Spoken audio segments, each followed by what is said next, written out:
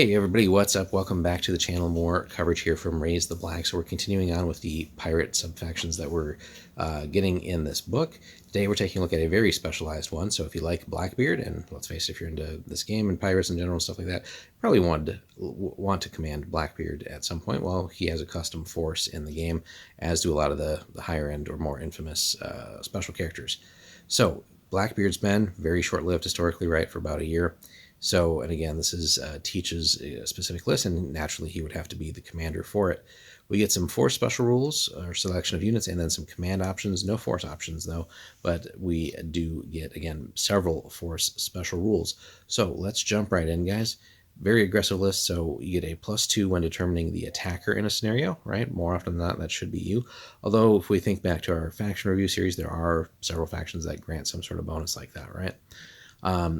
If we're playing on the water too, if this force includes the Queen Anne's Revenge ship or has 2 or more ships, the force gains Vendetta X, and X is the opposing force's nationality. So basically a custom tailored version of Vendetta for the force. Good stuff there. Then moving on, if this force is the attacker in an amphibious or sea scenario, it may fly false colors to deceive the opponent.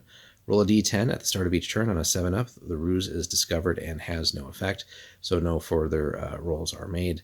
Otherwise, no unit in this force may be attacked by any enemy units this turn, unless a unit in this force attacks first or moves within 12 of an enemy unit. So doesn't always work, a little bit gimmicky, but it is fun and just, you know, a flavorful thing to have in these games too.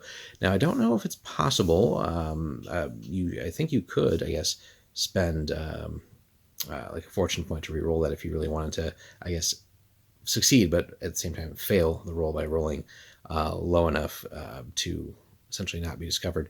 Let us know in the comments if that is not a possibility. I think it is, though. But again, it's situational, right? You could just roll off the bat and maybe not want to waste a re-roll on that. But if you can pull it off for long, it's just very thematic, right? Very on point for what the pirates would maybe try and do. Last but not least, again, if you are the attacker, so it's all really contingent upon us gaining the victory in that roll, and hopefully the +2 helps us on that.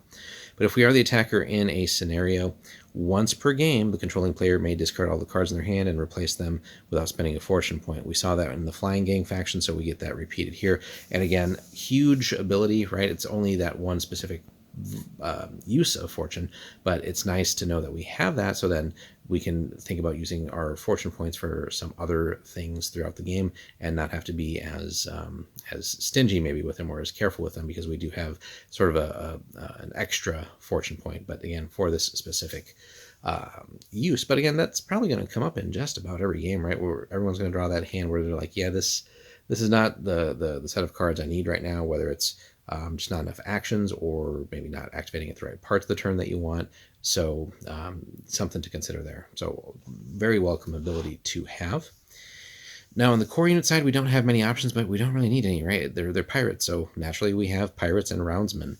At some point we're going to cover the roundsmen too, just because that's not something that we've touched on before. But hey, more likely than not, you're going to fill out the list with lots of pirates of various kinds. But we are spoiled beyond belief in the support units, right?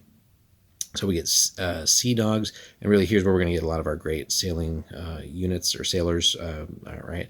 Sea dogs, we get marins, we get marineros, Zaylen. So we get basically like all the cool named units from the nationalities. European sailors as well, just sort of the regular unaligned sailors. We get pressed men as well. And then finally, Jamaican privateers. So huge selection there. Really, we're going to get whatever we want as far as customizing the force to perform the way we need it to with that unit selection, right? So maybe not like, again, just like traditional sort of line units that are going to like line up and shoot muskets all day. More likely not, a lot of these guys are going to get close, scrap it up with pistols and get into close combat and just get up in the opponent's face. But especially, you know, if we're playing on the water, right, we're going to want to board. So it's good that we are going to be skilled and have a lot of units that maybe have like brawlers and other stuff like that. And then naturally our commander, which we'll cover in a separate video, but hey, we have to run Edward Blackbeard to teach, of course, so he's going to just round things out there. Obviously we're going to spend some points on him, so keep that in mind when you're planning the size of your games if you want to run Blackbeard's men. But all in all, pretty good stuff there. Very thematic list. So again, if you love Blackbeard, obviously this is the list for you because it's his custom force. A lot of cool modeling opportunities as well, and certainly, you know, getting started right out of like the 2-player starter set that they have available from Firelock. But you know, we've seen people online, right? They've built like a custom Queen Anne's Revenge, and made them look really cool. So just from the hobby perspective too, a lot of great opportunities with this list. Let us know, guys, in the comments, have you played Blackbeard's Men or run up against it, and how did that battle go? What was the other side playing, or what were you playing if you ran up against them? Let us know in the comments. Thanks so much for watching, and we will see you in the next one.